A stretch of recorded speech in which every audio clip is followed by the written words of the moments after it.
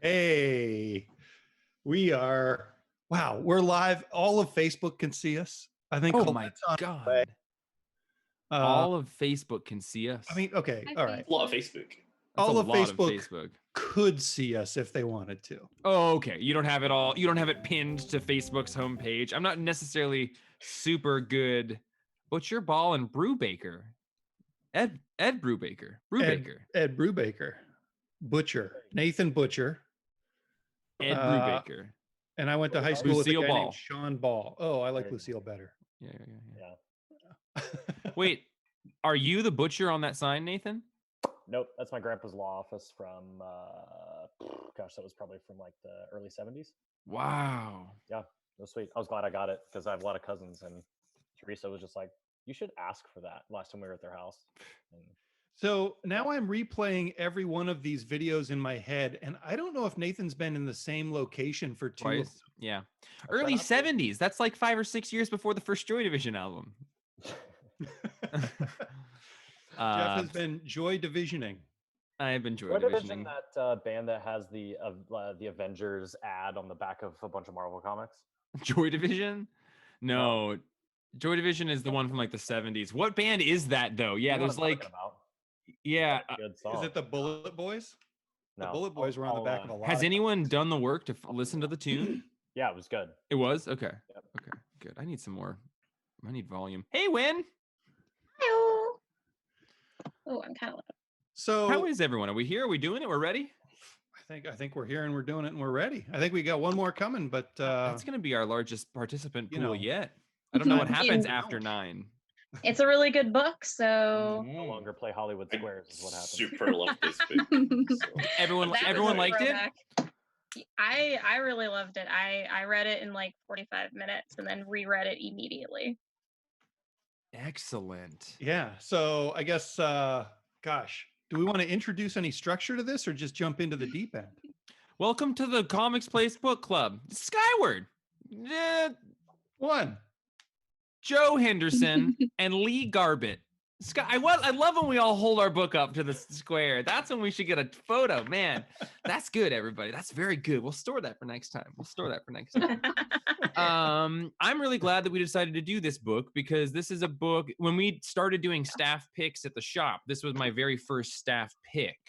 I just love kind of everything about this book series. And even though that is true, I haven't read the last like 4 issues. So, And it's short. It's like 15 issues, I think. yeah. And you Yeah. can just like mainline one of these into you.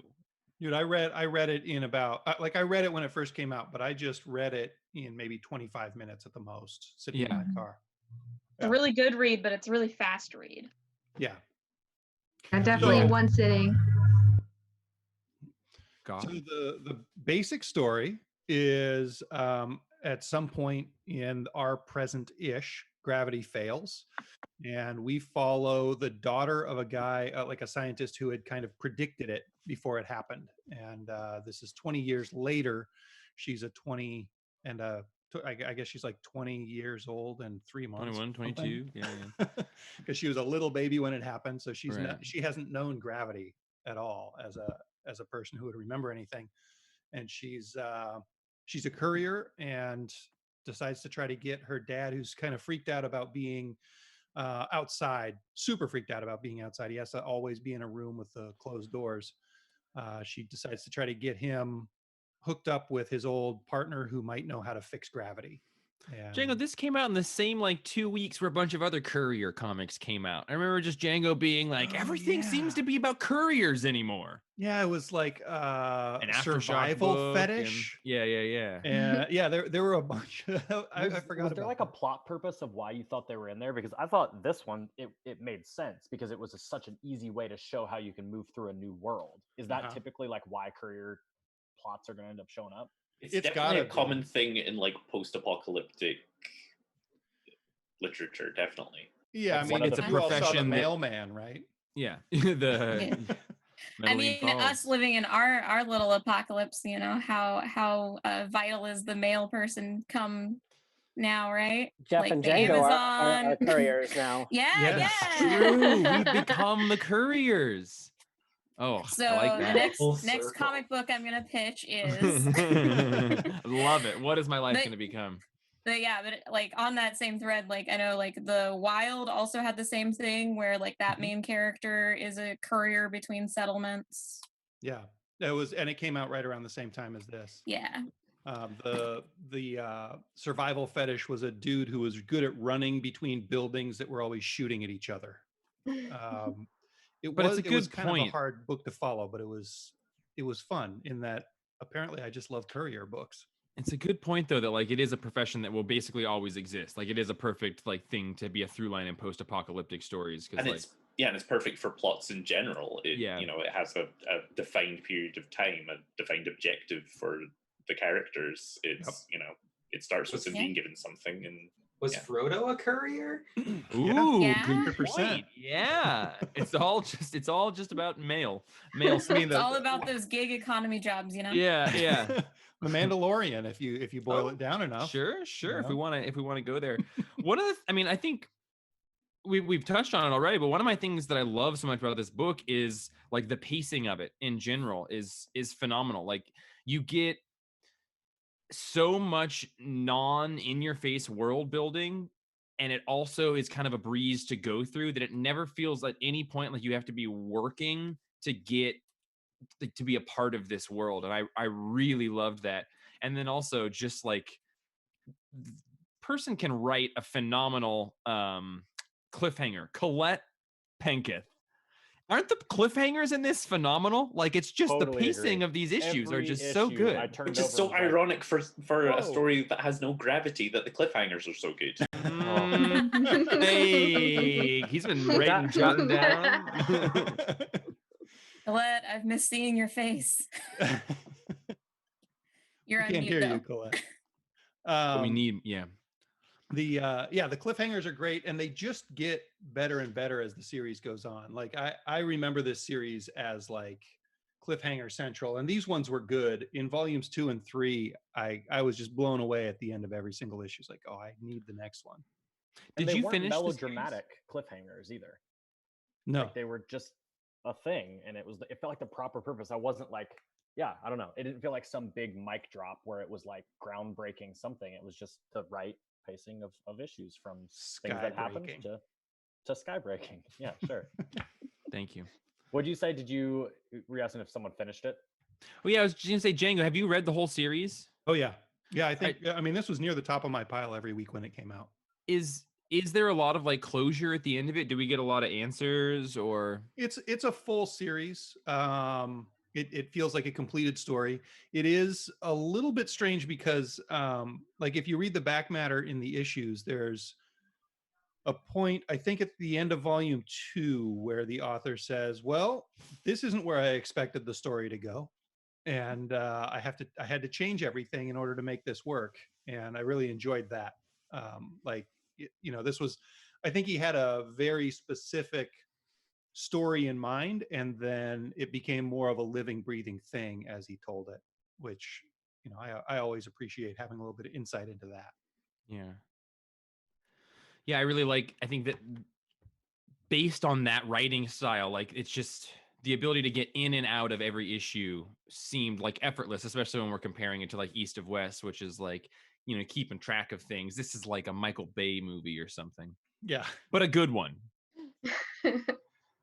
Not one where he's destroying Optimus Prime. Okay. All right. I was good. Okay. What is a good one? Rock. Oh yeah. The Rock. Did he do Pearl Harbor? Armageddon? Okay, this isn't what this is about. Is this where I tell everyone that I had my first kiss in Pearl Harbor in the movie theater? Is that important to this conversation? Oh my gosh. I had my first kiss reading Skyward today. Way to bring it back. The covers on these issues, like this particular cover is one of my favorite that's come out in so long. Yeah. I love that they gave those full page shots. As much as I like the writing in this book, I think the art is like really what makes me love it so much. The opposite of like the East of West sneer. Like in this one, there's so much expression in all of the different faces that it's kind of like, yeah, he just has an encyclopedia of how to represent emotions. I really loved that. But they even like faces would like the character designs are kind of out there. Like there's a lot of them that are just like look very real, and then there's like one of the crook guys just has like a really pointed nose, and it's like not realistic at all. And then you get like that Yeah. dude. Yeah. And then that That's face all- I absolutely loved. Yeah, There's it's so all much, good like- character design, and Oh. her character design is perfect. Her Yeah. range of expression is amazing, and the way her hair changes. due I to love lack the of gravity floating is hair. fantastic. Yeah, Mhm. The hair is Yeah, my that's favorite part of that's it. like Yeah. art. This is like what kind of when I knew I liked this book was kind of the art in this when she starts she puts on the boots the first time and Yeah. step in. That's like when I put on somebody else's glasses and I feel about 3 feet taller. I know exactly how she was walking. He puts my glasses on all the time at work. I'm Remember. tall. possibly my favorite line on that page as well. The Where else would you go? Where else would Yeah. you go? Yeah, Yeah. That was just- that was perfect amount of comedy, and like, and seriously, the face with that too, of just being like, it's so much so much confusion in that to know how she's supposed to feel at that point, which Yeah. is representative of everything that she's doing all around it too. The art kind of reminded me of Lee Weeks, but without the lights turned off, which he likes to do in Huh. his drawings. Yeah. I was impressed with it again when I was reading it just now. Chang, was that And just because they the- both have the same first name? No, it's because they're both a little bit sketchy, but really good at location and expression. Hmm. Yeah, I was gonna say like the color work is also super amazing. Like the scene after like she's bolted and then wrong way. And then like the lighting Mm-hmm. is just so good. Mhm. Yeah. and everything with the storm, like low key, you're not like, wow, that's really good coloring on, or really good art in general on the storm, but wow, it's really, really well done. Yeah, for sure. I wonder anybody- what sort of research he did. Like what do we think? What do we think about a storm in zero gravity? Like I certainly didn't picture that, but I don't know what I would picture. To clarify, we're not in zero gravity, right? It's just It's low low. gravity. Low gravity. It's Okay. near enough zero It gravity. seems pretty because, close to zero. Well, Like, but the- otherwise we wouldn't have the like asteroid belt of people and cars. So there are so many questions that I have about this series just because of stuff like that. First of all, we don't see the moon at any point. Hmm. Oh, But also right. there's Hadn't even there's thought about that. but there's still also a day and night cycle. So we're Yeah. still we're still orbiting the sun. And there's I guess also this cover has a moon, but it's not.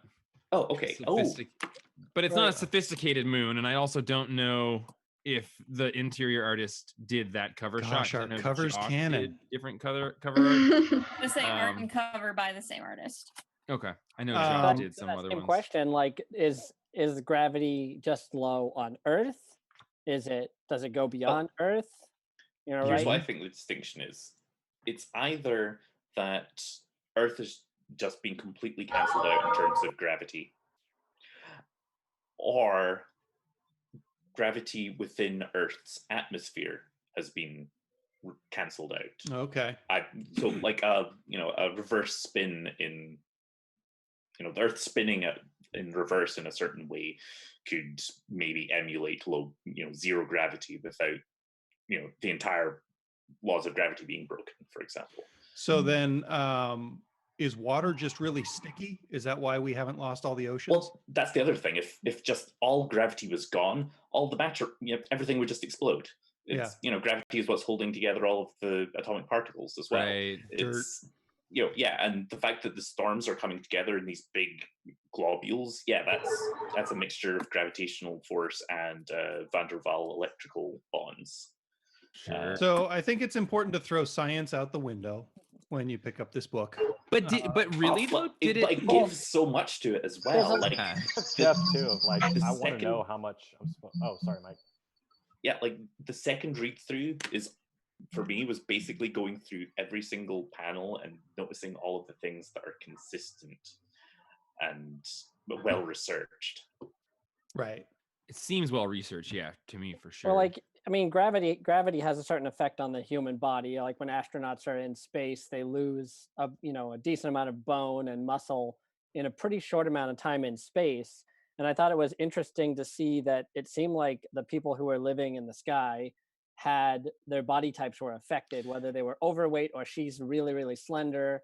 You're totally right. But everybody down closer on the surface who's using the gravity boots doesn't really seem to have that same effect. But I don't know how a pair of boots would keep your body, at the same body mass and bone mass. Everybody down below is rich. Right. And rich people tend to, and there were a couple heavy people down below. I think I can try and find a picture. Yeah, you're right. I see a couple like at the party. Yeah, the woman with the weird hair. Yeah. But yeah, but that could be an appearance thing, because I love too how he kept a very separate. The people up above were not the people. He actually flipped it, like he flipped gravity, because the people up above, like who would be the penthouse people with the money. The higher the sky you are, the more money you have, theoretically. He flipped it, and now the lower to the ground you are, the more money you have. It's like the opposite of the We've Got to Get to Mars movie. Total Dang it. Recall? Yes, that. Thanks. Oh, yeah. Well, it's like so many, pretty much all the futuristic, Blade Runner, Total Yeah, Recall, all those, like down at the surface is the grimiest, worst place you could possibly be, and up top is the best. And I really loved that flip too of Absolutely being loved able it. to have that. And, yeah, and the way it's introduced, when the main character is being told, "Oh, you're going to go down into the bottom," like everything in pop culture is getting you prepared for street level to be this grimy underworld, and it is, but not in the way that you expect. It's a slimy underworld. And just the way they talk about like living in denial, or a culture totally in denial. Like I liked that take on it, because in so many regards, like they've really embraced low gravity up above. There seems to be instances where maybe life is advantageous, and you do always have these people who are going to reject change, reject technology, like gravity Luddites or something. But yeah, I like that take on it. Yeah, imagine living in a world in which a world-altering event has happened and a bunch of assholes are in denial about it and just want everything to be normal. Yeah, go back, Make a kid without legs sit in a wheelchair even though he doesn't have to, because they need their world so freaking pretty. That Yeah. was, man. He's an interesting character to me too. I'm really curious to see where I kind of was ready for him to be bad, and maybe I still am a little bit, even though he got messed with, but maybe I just want to be right. Well, I don't want to spoil anything, but think about if he does stay with the main character, and if she does decide to fix the world, is he going to be okay with that? Right. Yeah. He's going to be literally stuck in a wheelchair, and that could then, provide some tension. Yeah. Did anybody, like, we were talking about the art before, this is the cover to number 2. I think that's a Dark Knight Returns reference. I'm pretty sure that Robin jumps off of a Yeah, I can picture Carrie Kelly fair with her thing knees up like that. Yeah, maybe. I don't know. I hope not. I'm gonna say, for the sake of continuity with our podcast and everything, that it is not a Dark Knight Returns reference, and that you are wrong.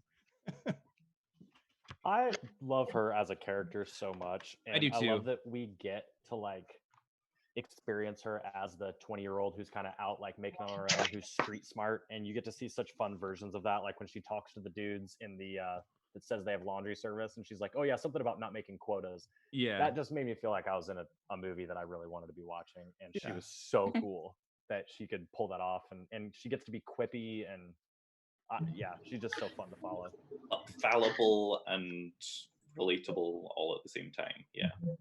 I really loved how she was very much an actual youthful character. So many times young characters are written to be it's trying for naive, but they're just kind of dumb.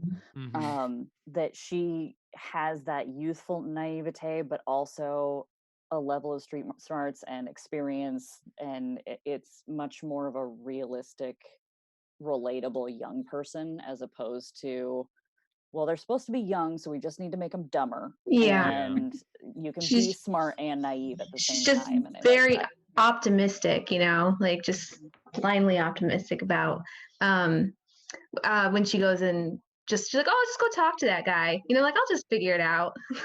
Yeah. It's the first scene with the gun that I think really pegs who she is and really impresses on you, like, oh, she is like rightfully confident but also kind of overconfident at the same time. Yeah, that's where they capture the youngness with throwing caution to the wind when you really just shouldn't be putting yourself at risk like that. And if you're 40, you think very differently in that sense. Yeah, You know? like the whole thing where she's just like, stay calm after she's shot the gun, like grab onto something, you're fine. And then she's like, oh, maybe I'm in a little bit of trouble. And then she takes a moment to appreciate how beautiful it is while she's up there. Yep. And then she's like, okay, time to give myself bruises by shooting myself back towards the ground.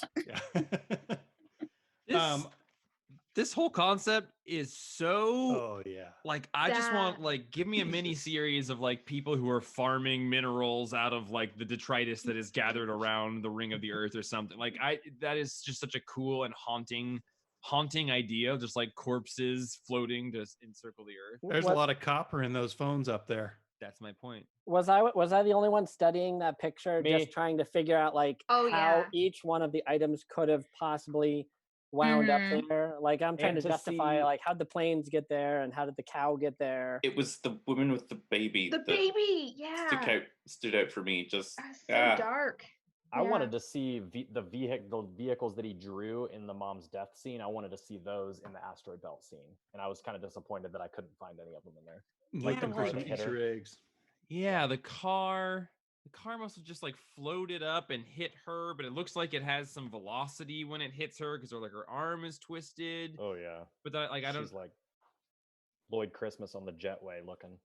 Oh god, what a reference. Well, they're probably floating at the same speed, right? So it's like, I just can't figure out how the giant oil tanker could end up there. That's the argument for zero gravity. Yeah, that's hit a speed bump on G-Day and yeah. And like in that shot, like the oceans seem to be generally where they should be. I was just about to ask, like, how would the ocean stay down? Maybe there's gravity until you hit the crust of the earth. That's where we go Or back maybe to Django saying science has to be thrown out the window at a certain point, because I don't think you can explain some of this. Yeah. Just gonna go surface tension. Yeah. Well, there's the same amount of water. Maybe it's just floating around in these giant maybe there's like a gap between the bottom of the ocean and the water. Because I wouldn't say I can recognize any of the continents on that. That's either. fair. Yeah, it's such a small like slice. It's hard to really like guess at anything. Like a couple things look like, oh, that might be like Cuba and Florida, but it's hard to tell. I'm just happy that like they give us that big old blob of weather, because that's so much fun. Yeah, the idea of having to swim through something like that, and the way that she uses the air tank both times, like once to save her dad and give them an air pocket to exposition themselves in, and then again to shoot a gun. That was just, it's great. Yeah, and it seems like ingenuity. It seems like genius, but that's just the rules of physics that she's grown up with. She, she's grown up in a world in which a gas within a fluid won't automatically rise to the surface. So that's interesting. Like a lot of stories give us like an audience surrogate, right? Like Jeff and Colette and Roman were talking about on the Star Trek episode, where we've got like a Luke Skywalker or a Riker, right? But this one, we're just thrown in and we have to learn from her. Like she's completely comfortable in the weird rules of the world, and she doesn't become our surrogate until she goes down to the ground, which I thought was kind of cool. Like they gave us a lot of credit for just kind of catching up in the beginning. Yeah, I And in- can't. Oh, sorry, sorry. Go in for the it. instance of the storm, it's the dad who's being the kind of surrogate. that. Yeah. Because he's been hiding inside for the last 20 years, so he's kind of on the same page as we are as, oh, what? I What about can't incest? speak highly enough to just like, at no point did I feel like super able to predict things that were going to happen. And it's not that anything was like such insane, like Hickman or Morrison-esque world building, but it's just that it's such a lived in concept and foreign enough to me that I've not thought about it. But like, I was really struck by how the author seems to be operating in this level of the story that is like deep enough that they keep having thoughts that would be like, oh, right, yeah, then you'd have the Volkswagen Bug tied to the side of the building so people could be living in a room. Like the fluidity and rate with which he's creating ideas, and they're coming at, like, I was just like, at no point did I feel like I could accurately predict what was going to happen an issue or two from now. And a lot of the things you're talking about with like the world building and like things you don't even think of were really small. Like I was really impressed when she was at the party and the lady was like, "Oh, it's a magnetic dress, so it weighs it down." I was like, "Oh, I didn't even think of that. That's so clever." Great And it one. was like not until that panel that I even realized that, like, oh yeah, no one else in this room seems to be wearing a dress. Everyone's wearing pants. Yeah. I literally went back and looked at all of the pages and went, "Oh my gosh, no one in any of these pictures is wearing a dress." Huh. Yeah. How did I not even see that? For me, it was lots of the fluid stuff. Like whenever there's blood, it's beating in midair. And there's one panel where I think the main character is crying. And, and it's a thing where it's almost like, I don't know, an anime thing or something. The tears kind of shooting out of the face. That it's almost stylized, but then you realize no, that's literally what her tears are doing because there's no gravity. That was bad where he was sweating and it goes, oh, that was so gross. Yeah. Up, and you're like, oh, think about a gym. Oh God. And the rigmarole that he's going through in order to work out, because that's basically pointing out that 99% of exercise that we do is against gravity. It's two opposing forces that you're exercising your muscle against, and one of them is gravity. So that's presumably how people on space stations exercise, is just using a bunch of straps and rubber bands. I thought it was really cool seeing the trash people like just have this long line of trash cans that they carried around. Just thinking like, oh yeah, you can carry it because it doesn't weigh as much. That's so cool. And didn't they take the trash out and then the trash went up? Yeah. Shoot. And they So maybe, like maybe stacked. we have -1 gravity here instead of 0 gravity.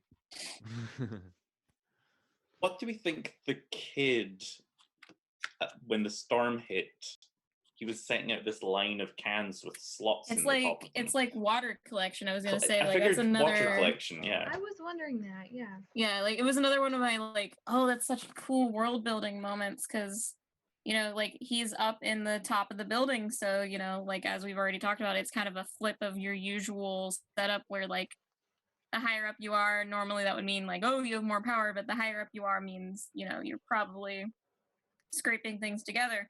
That suddenly makes me think, like, how does plumbing work in this? Well, I mean, do you think was it a joke? Do they just pee up in the sky? Absolutely. Like, There's definitely, I think so. it said it in her face right there. She was I thought confused about it a lot because she'd never considered it otherwise. Doesn't she say something? Doesn't she say something to confirm it too? She says something in the effect of like, how else would you do it? Yeah. And again, it kind of brings up more the question of what elaborate lengths are the rich people going through in order to pretend, are they, it's all suctioning, tubes with suction air pockets, right? Like vacuum pushing things down. Like the Simpsons episode where the American embassy in Australia has the thing that reverses the flush. Right. Yeah. The Coriolis effect. Hey, man, I would hate to be a plumber in this world. Yeah.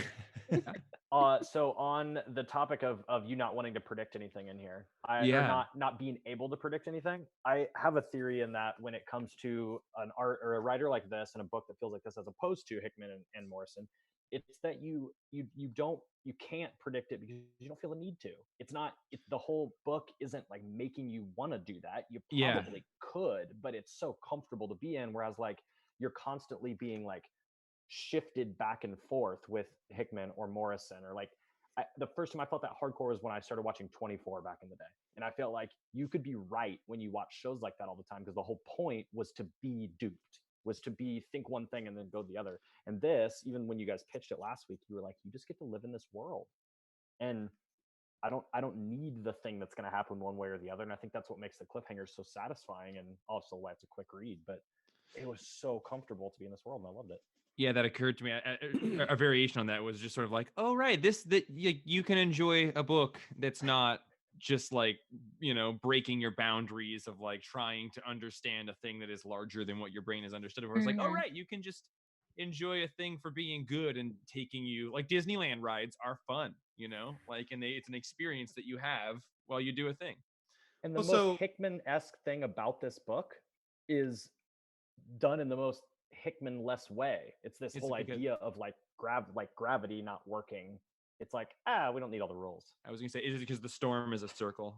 And speaking about Hickman, come back around to that. It's got a quote on the back from him. Skyward reminds me a lot of Why the Last Man, because such a simple and elegant premise that it's enough to hook the average reader and totally infuriate fellow storytellers. Because it's one of those. Why haven't we encountered this concept of a story before? The Earth without gravity. It's so simple, and there's so much to mine there conceptually. And it's all flushed out. Yeah, and Why the Last Man, I think, is a good comparison in what you're saying about. Sorry, Mike, you're doing very well. You're doing very good. No, it's okay. But yeah, Why the Last Man is so similar, because like the most disappointing thing about Why the Last Man was the end and them like showing what had happened to cause the half apocalypse. Yeah. I just put that in my comics place shop wish list, not knowing a thing about it, because I just scrolled past it and liked the cover. I had never heard of it. It was like right before the modern image boom, like before Saga. Like it was sort of, if you Googled like, hey, what's the great non-superhero book to read, like 10 years ago, Why the Last Man was like the top of every single list. And now it's like far enough down because there's been such great output in the last 10 years, but it's phenomenal.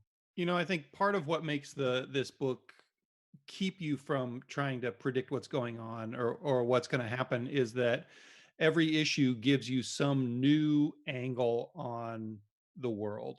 So you're never in a position where you're like, oh, well, I have time to think about this world and wonder what would happen if, because he's constantly giving you something to think about and a new wrinkle in life. So he is the showrunner for Lucifer. And I don't know if I made this up in my head or not, but I feel like this book was maybe written kind of using TV rules, like where each issue is an episode of a TV show. Does that sound familiar, Jeff? I think that originally maybe we heard something to the effect of like it was maybe a pilot or something that he had thought about doing as a TV show or something. I for sure, I think the DNA of television writing is in the writing of this. I definitely read this feeling like it was very, I don't know, cinematic in a way where I could like see, Christopher Nolan making this into a movie or something like that with kind of the gravity flying around. It definitely felt that way either. Like it could be very easily adapted into a TV show or a movie. Yeah, like the bingeability of this first volume, like I got to the end, I felt like kind of how I feel at the end of watching the first season of a show on like Netflix or something, where I'm like, that was really good. I feel satisfied with that. I want more, but like I'm not feeling put off if there's not a second season. Yeah. I do indeed. I regret putting in my order already because I should have put the next 2 volumes in that order. I felt the same way, like that it was kind of, I felt very satisfied at the end. And I'm actually pleased to hear that it's a relatively short run, because I kind of got to the end. I enjoyed it. but I almost even kind of like the preview to like follow her further adventures every month almost made me feel like it was going to be something that was drug out a long time and it was going to be going on a bunch of adventures. And so I was kind of worried to fall into it because it was just going to be dancing around the world and, start to become like a quantum leap or something like that. It As opposed to finishing the story Mhm. in a succinct manner. It was tricky in issues for me. Like I loved it like a lot, but for some reason around like issue 12, like a month between them, like it's such a wonderful world to like binge and get into, and it doesn't take work to get back into that place, but for some reason like there is like a sort a more globe-trotting tone a little bit into the second volume that is phenomenal. But yeah, like I guess I was a little worried that it was going to be drawn out, but at the same time it feels like the kind of thing that I could be really happy with like 50 issues of. Like if he can keep putting this many like novel ideas in it. But all in all, I'm glad it's 15 issues, right? I think it's just 3 volumes. Yeah, 3 volumes, 15 or 18 issues. Okay. Yeah, it's solid. A thing happens with bugs that is amazing. Yeah, there's a little foreshadowing in here. I was really pleased with that. Yeah. Because I didn't catch it as foreshadowing the first time. I find it super interesting, pointing out he's TV writer and everything that was being said there, because it just made me realize that what it really reminds me of is Fray, which was the first comic series that Joss Whedon ever wrote. Oh, right. That's like the Slayers in the Future one, right? Yeah, Slayers in the Future, and it has a very similar vibe in terms of like, a relatable, plucky young girl protagonist in near, in the future, and it's got good, decent world building and some things you don't expect, and and again, it's written in very kind of TV pacing. And I think the other half of it as well is that you care about the characters. Like, I think a lot of some comic writers really make a mistake in not paying enough attention to, enriching the characters to a point where you care about whether or not they succeed or fail or feel pain or any of these things. Yeah, they've got more of a setting or a gimmick to execute rather than starting with the character. And yeah, everybody in here is great, and they're like none of them are really. I mean, I guess the main bad guy seems pretty much exactly what you would expect. I love the quick twist of what happens with him, but I also like you're kind of I don't know. You kind of were ready to like maybe he's a good guy. Like he does. There's a page of warmth in their connection that I really liked, and then it twists and yeah. I really was appreciative of it at that moment. I was like, I think that in a more drug out, decompressed comic series, they could have had like a 6-issue like he's trying to be nice to her to like figure out where she lives, and then she's gonna find out that he actually didn't get along, and kind of like in a recent volume of East of West, like I like when you can see how someone would decompress it, but then also just do it in 3 pages instead. Well, and I always I'm a big fan of books that don't have necessarily a villain, but obstacles that happen to be people. And I like that he was more of an obstacle she had to get through, or part of the journey that happened to be a negative and a difficulty, as opposed to, all right, here's our bad guy and here's how it's going to be the thing that we have to deal with throughout the whole story. And it leads more.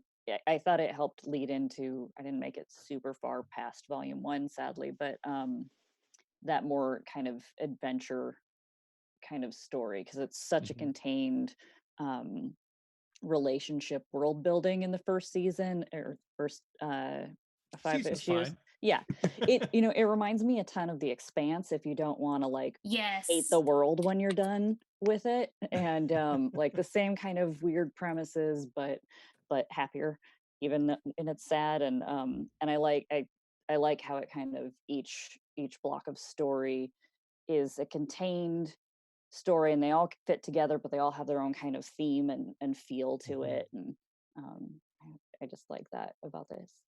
And I think that structure-wise, the collections do the same thing. Like each arc has a very distinct beginning, middle, and end to go along with the 3 issues, or the 3 trades combined have beginning, middle, and ends, and each issue has a beginning, middle, and end. It's he's writing in circles, Like, okay, here's a thing. Now here's the same thing, and here's the same thing, and here's the same thing. It's an interesting. It's interesting to kind of see that structure successful in 15 or 18 issues or whatever it is. And think that- yeah, Go ahead, Mike. so in that circle of the plot, I think is definitely her relationship with her father.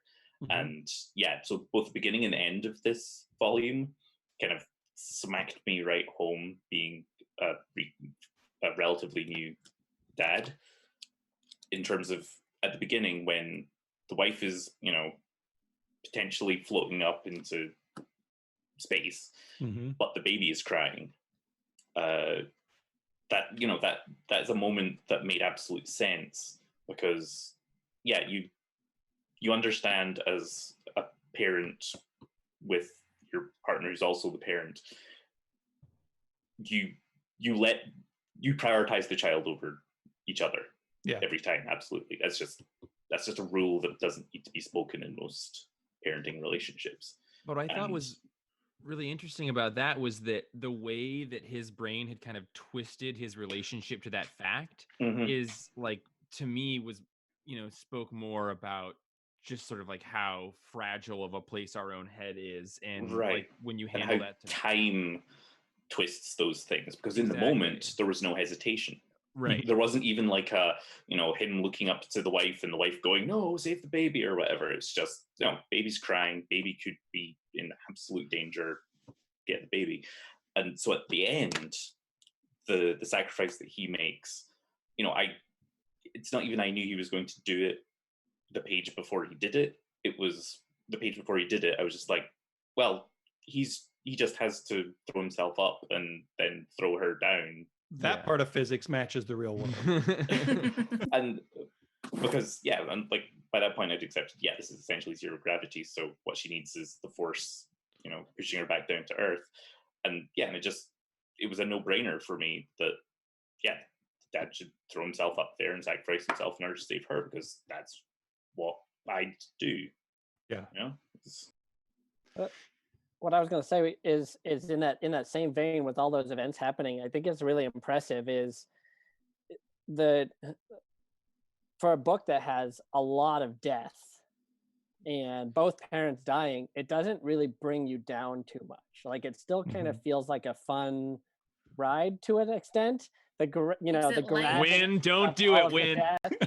I was dancing around using the word gravity. That's Win's thing, is to use the puns. But just, I was even like my 9-year-old Olivia, she read this too, just like Middle West. After I read it, I felt like it, and she really enjoyed it too. And we were talking about it together, like, for a book that has, there's a ring of death around Earth, but you never feel like hopeless. You never feel just the weight of all of that, death around everybody all the time. And it's not a downer to read. It's still a fun ride. And I can't imagine that that's an easy thing to pull off in your writing, to just have, that much tragedy around you and still make it fun. Yeah, it gives you real stakes, but without being a super bummer. Well, and it's kind of like several of you had pointed out earlier. I think a lot of that is just that the protagonist, like, she is ever optimistic and ever ready and proactive, and because the circumstances around her don't bring her down, it doesn't really bring you down either. Exactly. Yeah. So, show of hands, if this happened today, who would start throwing up? I've always wanted to experience That's a good gravity. point. You don't see anybody throwing up. Yeah. It would just be up. They're and used to it, though. Yeah. Well, yeah, she is at that point, but like the yeah. dad, I would start barfing immediately. I mean, just like even in the big double page G-Day panel, a bunch There's of not a lot of vomit. You'd think there'd be like oceans of barf and vomit just floating around like the They've got to storm. have a density that causes them to find each other, Yeah. Well, I was going to say, if you vomited, it might push you back down to the ground and save you. Ooh, good Yeah, call. you could also just, use gas power like Superman. Just Yeah. Yeah. Jago's like, I knew someone was gonna say it. Yeah. I didn't even have to make a fart joke. Will's got it. That whole idea though, like that she uses the gun, the one thing that I couldn't kind of get past, they have all of this other technology, but nobody has, you know, safety nets of air canisters or things like that strapped to their body. And you would think that that would be something that they would have, because you could just have, you know, some pressurized air cans ready that if you fly into space. Does somebody have it? And I just didn't even think about it. Oh She yeah, does. They mentioned gear. That's a sometimes. fire that's extinguisher. that's her. Isn't that for? Yeah, Is Lily that when wants she uses the to- scuba tank or the scuba suit? No, this is right at the beginning. That's a fire extinguisher. She's got like a courier outfit, it seems like, that was equipped to like Oh, get you're her right. scooting Her around. Remember, uniform she's- has preparedness. She's one of the pores, so like they don't have the gas propelled safety units. They have to use things that already are around. So like, and the rich people have decided to stick with magnets instead of developing ways to navigate zero gravity. Yeah, Probably all the air canisters are in that midsection, the middle class that we didn't get to Yeah. see. Yeah. Like we've They got the hoard- rich they people with the hoarded it all up. magnets, and the poor people with makeshift stuff, and all the like the good tools are in the spectrum we didn't get to. Like the canned air. Somebody had jetpacks. Yeah, Yeah. The rich people. The security guards of the rich people. That's right. But That's right. but then I think why you don't see a lot of that is that it conveys so well how comfortable she is moving Mhm. in a city with no gravity. She, you know, like in the first page of her grown up, that double page spread, just the amount of freedom conveyed in that, and then you're seeing her just zero G parkouring around the city, and yeah, you just know that she is comfortable in that medium. She, you know, she knows how to repel herself off of available surfaces. It's only when she gets above the city line that she's in trouble. Yeah. I'm surprised that nobody had developed, like, you don't need a dome around a city, but like some nets, maybe. The rich people discuss putting Yeah. a dome over. Yeah, the city. but like anybody could do a bunch of nets. Well, they did have like straps. Yeah. Yeah, I like the all the like bungee cord around the city that they were zipping around on. So I like the preschool group that she's delivering the milk to, They're and all they're all tied just together. tethered to the teacher. Yeah. it just occurred to me, like, so Barrow didn't know that her dad was still alive, and like he dies at the end and just kind of floats off. But like, there can't, like, crime has got to be a mystery out there, because they have to be losing people floating off at such a rate that like murder is the type of thing that I don't think. I think it would go a lot more unsolved crimes, or if somebody disappeared, they'd be like, well, they probably just floated off. Like give me Skyward PD, you know, like I want, like, there's a lot of books to be mined from this world. It's like the world itself is like a character. You talking about her like going through it. Like I'm so interested in just how people interact and navigate this world. That How do we get rid of this body? throw it. I don't know. Get it. Ah. Like if this were a video game, I would be like here for it. I'd be getting all the DLC. I'd be doing the like multiplayer. That's really I smart. had the same thought that it's one of those settings that works so well that you want it to be in a video game. Yeah. If this was a video game, it would be like the first time I played Grand Theft Auto 3, and I would just be like uppercutting people into space and things like that. Will, you're one of those guys. You're why I don't play Fallout 76. Or There's a any lot of games reasons I don't play online. Fallout 76. Yeah, I would totally watch this. I would binge this Netflix show in about 2 days. I bet the budget. I mean, I bet that's the reason it didn't get made, is that the budget would be insane for it. Oh, it didn't get made yet. Yeah, you're right. Somebody's gonna pick this up. The fact that it's a comic book and not a TV show, and he was tied to TV, makes me feel like it didn't pass some board somewhere. So he was like, "Well, okay." Which, Yeah. to not criticize it, like, because I don't think comics and television are that closely related that you can just make one good if it's not the other. But you know, there is a very television feel to this, that it does feel like at some point someone tried to get it made somewhere, and Yeah. Yeah, but I had that thought as well, that, you know, it absolutely should be a TV show. But the great thing with comics medium is that, yeah, just an artist and a writer, and then it's made, and you're telling that story with all of the visuals and all of the cool things that you can have in that setting. when you would need to cut out half of the things for a TV budget. The other half would, cost thousands and thousands of dollars to, make the storm scene happen. That would be most of your series budget right there. Yeah. All it costs is 15 minutes to draw the Volkswagen Bug outside of the window, but it would cost $10 million $1 million to hoist a Volkswagen Bug up and suspend it next to a building or something. I mean, the right? insurance alone. Yeah. That's always the advantage of the medium. Is, Yeah. Can you imagine it and can you draw it? Then it's possible. Yeah. One of my favorite advantages of the medium is the lack of acting and not having to get the right shot and not having to get the right take. And there's so many things in here that I think were captured perfectly. Like when she says, where else would you go? That look of confusion. Those are just really hard things to capture unless you have the right actors in the exact right setting. And there's, I'll share another thing that I really liked too, that we've kind of mentioned, but his, one of you mentioned that like there was a page where we thought he was okay, Nathan Fowler, or bad guy. Arrow, and then it's Arrow. But like when he says, "What did you say?" Okay, and then up here, and then you get this like this creepy face. Yeah. That to me, not only have we mentioned her like young and naivete, I think that was showing that she's naive, because us as the readers and as people who are older than her are like, okay, I get that. Like, Marm.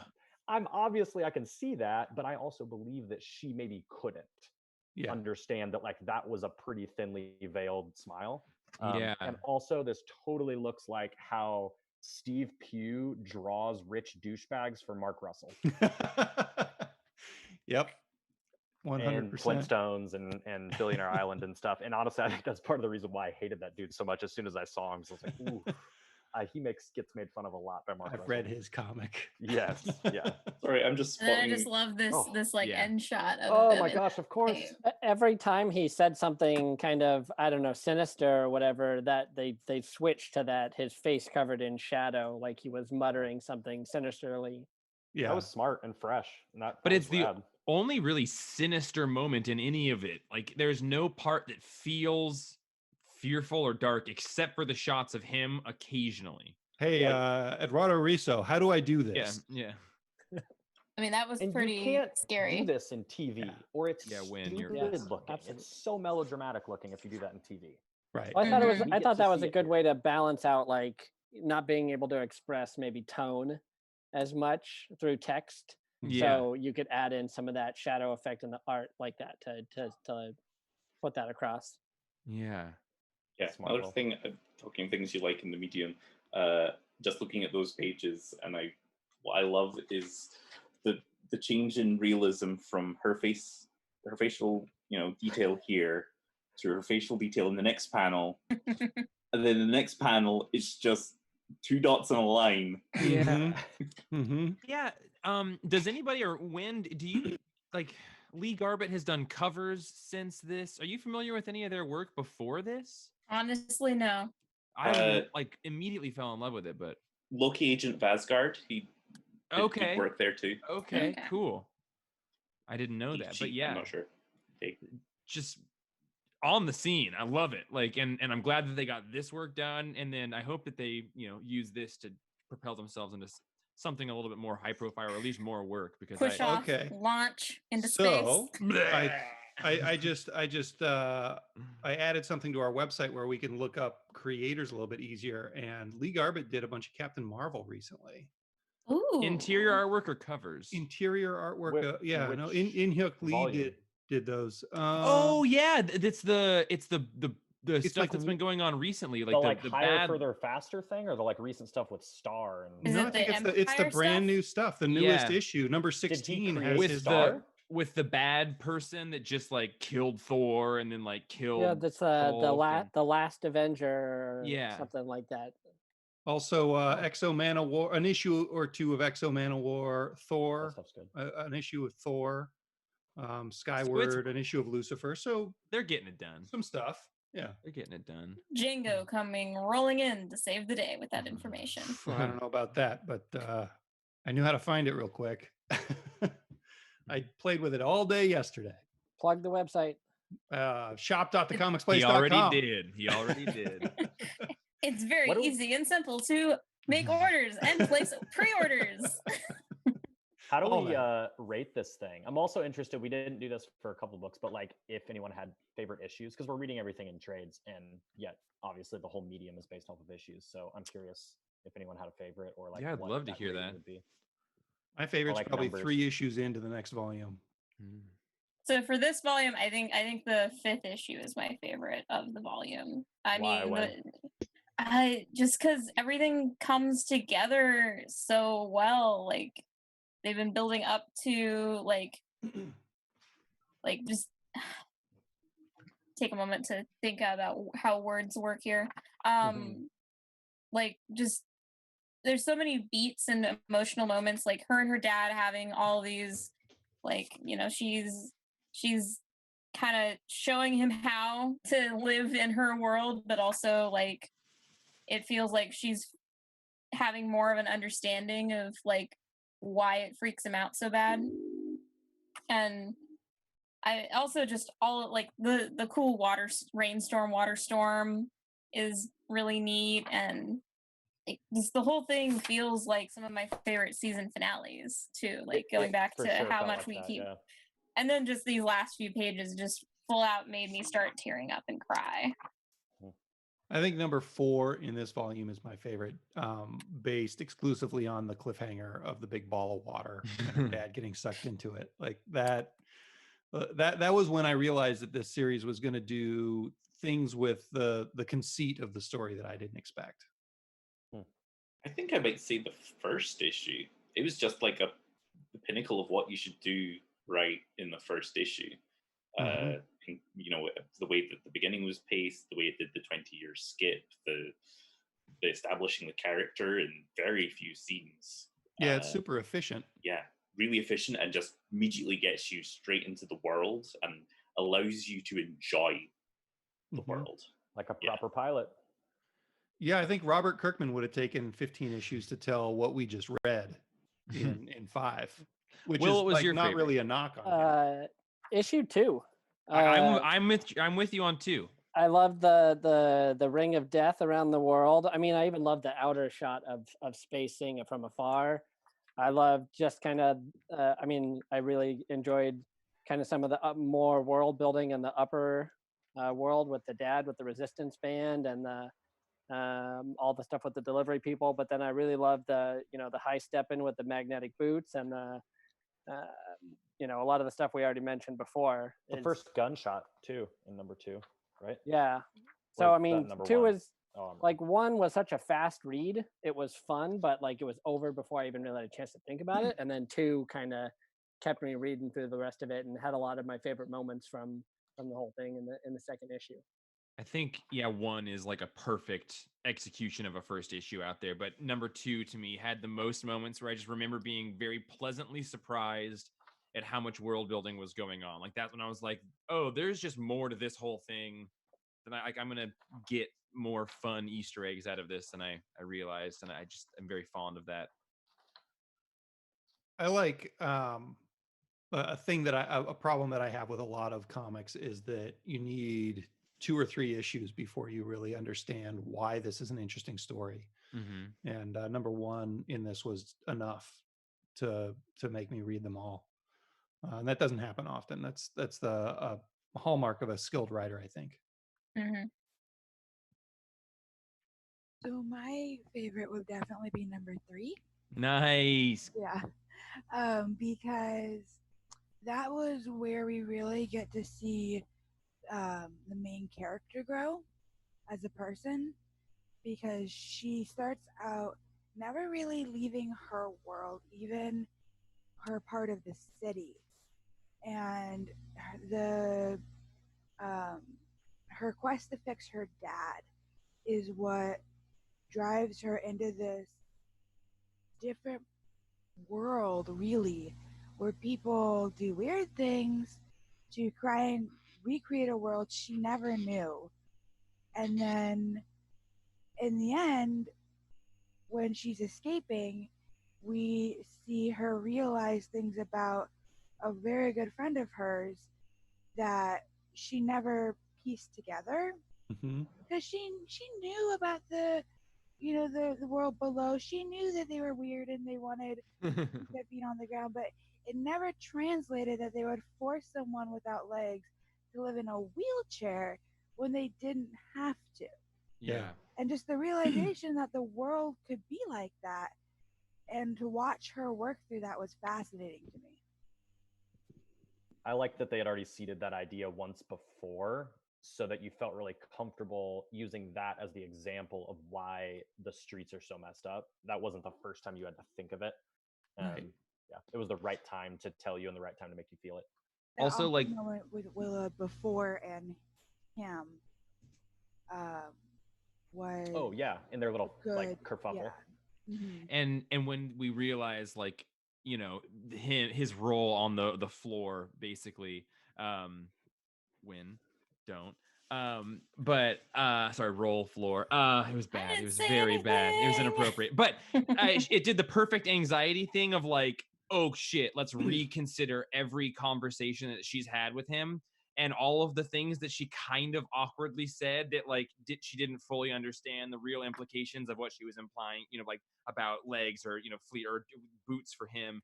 And then, like, oh shit, it's not that he's like just doesn't have legs, but like he actually probably has a way more complex relationship with this, given this picture of him in a wheelchair, than she did know. It just did that thing where I'm like, for me, I'm just like, oh shit, what did I say? And you wake up hungover the next morning, you're like, what did I say to all those people? Oh God. Right, and the fact that you're the first thing you kind of add together when you first meet him, not on the streets, is that he's at no disadvantage. He's essentially doesn't have a disability in this Right. future, but that stigma comes straight back in. Yeah. Once you realize his social status and what Right. that implies. Yeah. I like the idea of, I think it was in issue 4 or 5, where the bad guy mentions that he says something about water under the bridge. Oh, that probably doesn't mean anything to you. So, like, what else? Like a roll in the hay is not a term that these kids use in this. Don't cry Yeah. over spilled milk would never happen, because spilling milk would be horrendous. Go jump off a bridge. Yeah. Take a long walk off a Alright. short pier. Good idea. Those metaphors really Yeah. have no meaning. Yeah. Yeah, how are all metaphors gravity related? People might It all argue. it's the glue. It's the glue. Like water off a duck's Well, back. Once the iron just don't land. So My okay, everybody. So The joke just goes right over their heads. oh God, we could do this for a long time. So maybe just for my own sake, I'm gonna try and say things like, hey, we've read some good volume number 1s lately. I've really enjoyed doing that. I like reading other volume 1s. I love we're reading East of West. I really want to read more Skyward. I had some other folks ask about volume 2s of like Ice Cream Man or Middle West, and maybe felt like they maybe wanted to go on with those. Can we get just like a testing the waters? How are people feeling? Should we do another number 1 in 2 weeks? Should we do I got an volume 2 idea. at some point? Get it. What do you got? What if we did another number 1 in 2 weeks, and then just did like a 10-minute buckshot round of a volume 2 for anybody that wants to stick around for Ooh, it? buckshots. So for like afterwards, like after an hour, then do that. Anyone that wants to. Or like, like we could have done this one in 45 minutes if we were pushing and shouting and cutting people off and being jerks. But like just kind of roll that into the book club where if we've got stuff to talk about for volume 2, we just do a shorter version of it. I'm into that. So then in 2 weeks, what do we want to talk about? Gideon Falls has been bandied about. I would say let's prioritize whatever book people who would show up for, because there's no like raise your hand. Like, what do we have? Like 6 people who are obviously going to read whatever book it is. Right.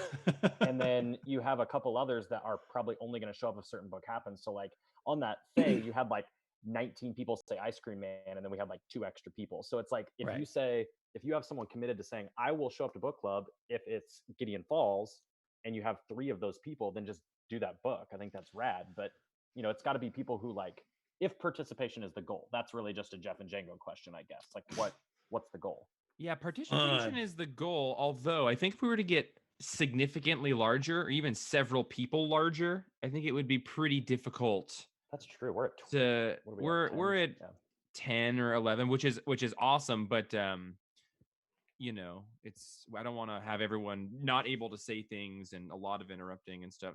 So I would love more people, but also, I don't know. This is a pretty comfortable number as well. What does everybody think of Gideon Falls? Like that one seems to. I think that was like fantastic I've book. heard the name, but I don't know anything about it, which seems Mike, to be I a think common you'll like recurring thing. Mike, I think you'll like it. It is Which is another common recurring so thing. far up Yeah. Mike's alley. I cannot believe he hasn't read it. Okay. All right. Now it's just we've got to do it as the next one because we have to have the Will Elmer calling the Mike shot. Okay, 2 weeks from now, June 7th. Something.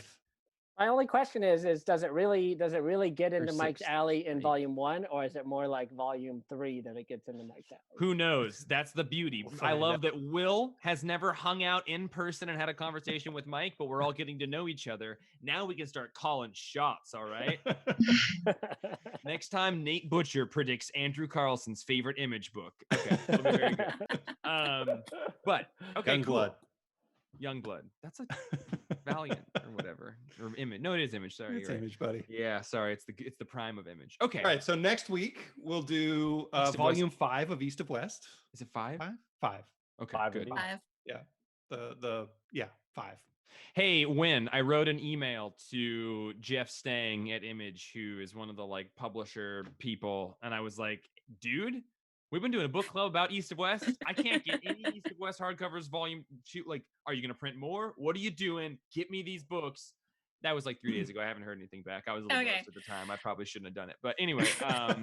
But like, from what I remember, Stang was super great. Like he like, if he could do something, he usually would do the thing, or he would get you in touch with who might be able to do the thing. Yeah. And he'll throw in a Letterkenny quote to boot now. He loves that.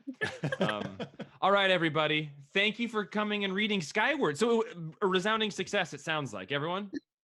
Great Big fans? recommendation. I would Want to read the next one? So Awesome. Yeah, I can't wait to read it again too. Yeah. Oh. Is that Nathan Butcher? I found this on the internet today, and I Just thought a second. oh my goodness, Pin the vid. Wow, you're a hottie, Nathan. I mean, you're a hottie now, but like, look I at your. can't. Is that a puka That's shell what his necklace? hair looks Yes, it like is. when the gravity goes. Looks like he was like the 6th member of NSYNC in that picture. Dude, I did my best. he like threw serious shade on me 2 days ago about saying I had a man bun. I think Django's just really excited to like burn the world down. Listen, Presumably he served shade. It's yeah.